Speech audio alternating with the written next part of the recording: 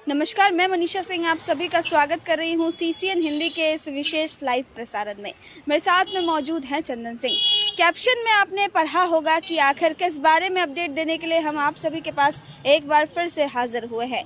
एक ऐसा सलाइन जिस सलाइन को पेशेंट को देने के बाद तबीयत बिगड़ जा रही है, मारे जा रहे हैं पेशेंट। महिलाओं की संख्या बहुत ज़्यादा है, विशेषकर गर्भवती महिलाओं की। गर्भवती महिलाओं को जब ये सलाइन चढ़ाया जा रहा है, उसके बाद हो जा रही है उनकी मौत। आखिर कितना ज़्यादा खतरनाक है ये सलाइन? आपने हालांकि अभी तक आपके कानों में शायद ये बात आ ही गई होगी, क्योंकि बीते कुछ दिनों से लगातार इस सलाइन का मामला बहुत ज़्यादा उफान ले रहा है। बिल्कुल सही सुन रहे हैं आप, काफ़ी उफान ले रहा है। हालांकि बहुत जगह पर, कई सारे अस्पतालों में हो सकता है कि अभी भी वो सलाइन दिया जा रहा है। इस चीज़ को लेकर के राज्य सरकार ने हालांकि सीआईडी की टीम बैठाई है, उस बारे में हम बाद में बात करेंगे।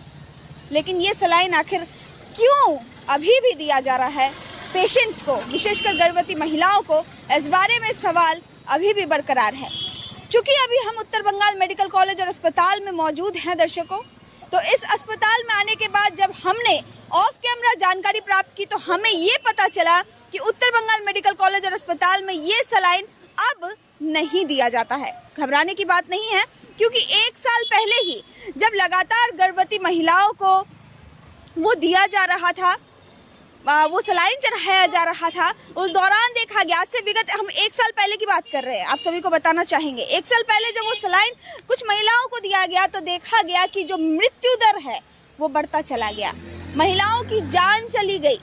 कई महिलाएं बच्चों को जन्म देने के बाद ही मारी गई, जिसके बाद टीम बुलाई गई, बैठक किया गया। चाहे हम एनेस्थीसिया विभाग की बात करें, सभी ने मिलकर के बैठक की है। उसके बाद ही ये फाइनल किया गया कि उस सलाइन को इमीडिएटली बंद किया जाएगा और उसके बदले में नॉर्मल सलाइन महिलाओं को दिया जाएगा, गर्भवती महिलाओं को। लेकिन हालांकि मेडिकल कॉलेज की हम बात तो कर ही रहे हैं, क्योंकि हम अभी इस बीच मौजूद हैं। इसी के साथ ही आप सभी को बताना चाहेंगे कि अलग अलग जगह पर इस बीच भी वो सलाइन दिया जा रहा था।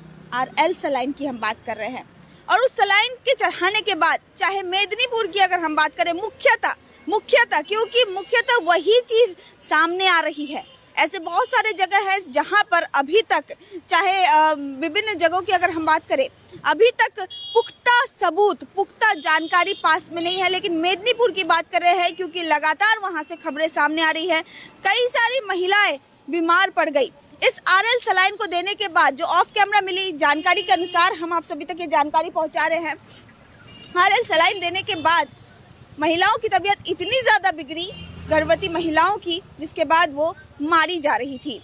और इसके बाद राज्य सरकार के तरफ से एक नया कदम उठाया गया। मुख्यमंत्री ममता बनर्जी भी अब इसको काफ़ी ध्यानपूर्वक देख रही है इस विषय को, क्योंकि जाने जो जा रही हैं, एक माँ की जान चली जा रही है, और इस चीज़ को लेकर के सीआईडी की टीम भी बुलाई गई है।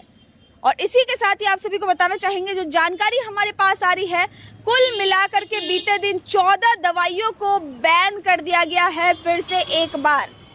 आरएल सलाइन के साथ ही और भी 14 दवाइयों को बैन किया गया है। कौन सी है वो दवाइयाँ, पूरी जानकारी तो देंगे ही, लेकिन उससे पहले नॉर्थ बंगाल मेडिकल कॉलेज से ये अपडेट दे रहे हैं कि यहाँ पर अभी फिलहाल हाल ही में आरएल सलाइन को नहीं प्रोवाइड किया जा रहा है, टोटल रूप से बंद कर दिया गया है। और जिन 14 दवाइयों की मैं बात कर रही हूँ, उन 14 दवाइयों में, बिल्कुल उन 14 दवाइयों का अगर स्टॉक कहीं पे अवेलेबल भी है तो उन स्टॉक को वहीं पर रोक दिया जा रहा है।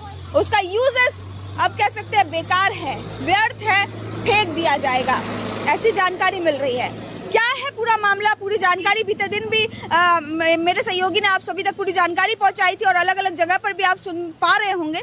लेकिन इसी के साथ ही आप सभी को अब हम दिखाना चाहेंगे कि उत्तर बंगाल मेडिकल कॉलेज और अस्पताल के परिसर का क्या ब्यौरा है, क्या जानकारी है, और किस हिसाब से अभी ये आरएल सलाइन आफत मचा रही है बहुत सारे जगहों पर।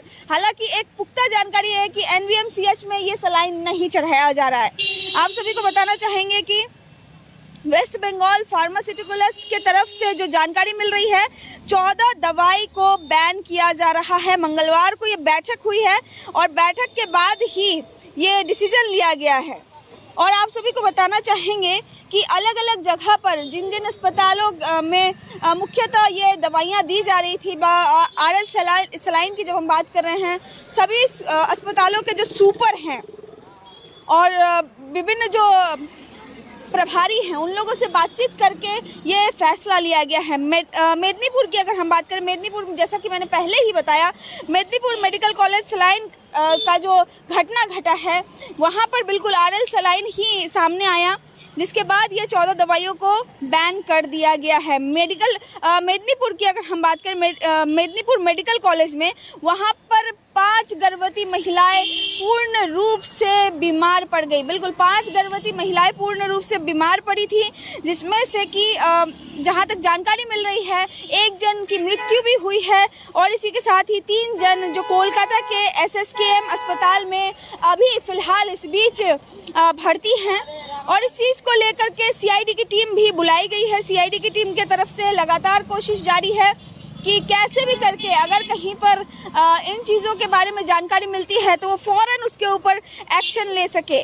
बिल्कुल लगातार ये जानकारी हमारे पास में आ रही है और इसी बीच जितने भी मेडिकल कॉलेज है, मेडिकल कॉलेज के सुपर और जो जिला मुख्य जो स्वास्थ्य अधिकारी हैं उन सभी के पास में दिशा निर्देश नए सिरे से आ चुका है और बहुत सारी दवाइयों को बैन कर दिया गया है RL सलाइन के साथ ही, क्योंकि लगातार जो मृत्यु दर है वो बढ़ती चली जा रही थी। मेदिनीपुर मेडिकल कॉलेज में ये उफान लेता हुआ मामला सामने आया, लेकिन बहुत सारे ऐसे जगह हैं जहां मामला सामने नहीं आ रहा है, लेकिन हो ही सकता है कि कोई ना कोई दिक्कत आ रही हो। इसी चीज़ को लेकर के राज्य की मुख्यमंत्री ममता बनर्जी ने एक नया तरीके से कह सकते हैं नए सिरे से इस विषय को खंगालने की कोशिश की है और बिल्कुल जो 14 तरल दवाओं पर बैन लगा है उसको पूरे तरीके से बैन किया जा रहा है, पूरे तरीके से। और इस सलाइन पर बैन लगाया जा रहा है। आप सभी को बताना चाहेंगे कि राज्य के सभी सरकारी अस्पतालों में इन दवाओं पर बैन लगा दिया गया है और जब तक अगला दिशा निर्देश चालू नहीं होता है तब तक बैन लगा ही रहेगा। और चाहे ऑपरेशन थिएटर की बात करें, मेडिकल कॉलेज के इंडोर विभाग की बात करें, इमरजेंसी विभाग की बात करें, TCU समेत अन्य विभाग में जो भी सलाइन चला रहे थे, जो RL सलाइन चल रहा था उस पर तो हालांकि रोक लग ही चुका है, लेकिन इसी के साथ ही और भी जो दवाओं के बारे में जो मैंने जानकारी दी उसको भी पूरे तरीके से बैन कर दिया गया है। आप सभी को बताना चाहेंगे कि मेदिनीपुर मेडिकल कॉलेज में जिस अस्पताल में जो RL सलाइन की वजह से एक महिला मारी गई थी प्रसूति विभाग में, उनका नाम था ममनी रुईदास। बिल्कुल ममनी रुईदास, उम्र मात्र 20-21 साल के बीच रहा होगा और बहुत सारी हालांकि उन्हें बीमारियां ऑलरेडी तो थी ही, लेकिन इसी के साथ ही उनका जो है निधन हो गया था, जिसके बाद धीरे धीरे देखने को मिला बहुत सारी गर्भवती महिलाएं प्रसूति विभाग में बीमार पड़ने लग गई और उसके बाद कुछ ऐसा घटना सामने आ रहा है। आप सभी को बता दें कि मुख्यमंत्री ममता बनर्जी भी इस चीज़ को लेकर काफ़ी ज़्यादा चिंतित है और जो स्वास्थ्य विभाग है लगातार उनसे डिटेल्स मांगा जा रहा है कि आखिर कहाँ का सिचुएशन कैसा है। बेशक कहाँ का सिचुएशन कैसा है ये जानकारी प्राप्त करने के बाद ही मुख्यमंत्री ममता बनर्जी ने 14 दवाइयों पर कह सकते हैं बैठक के बाद ही सभी डॉक्टर्स के राय मशवरे के साथ ही उनको बैन कर दिया गया है।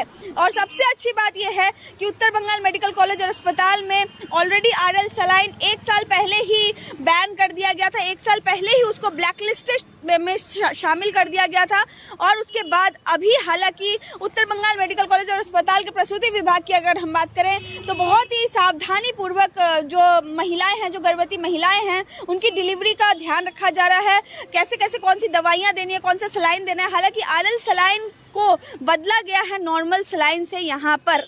ये थी पूरी जानकारी और कौन सी है वो दवाएं, कौन से अब राज्य सरकार ने क्या नया कदम उठाया है इस मामले को लेकर के पूरी जानकारी हम आप सभी तक पहुंचाने की पूरी कोशिश करेंगे।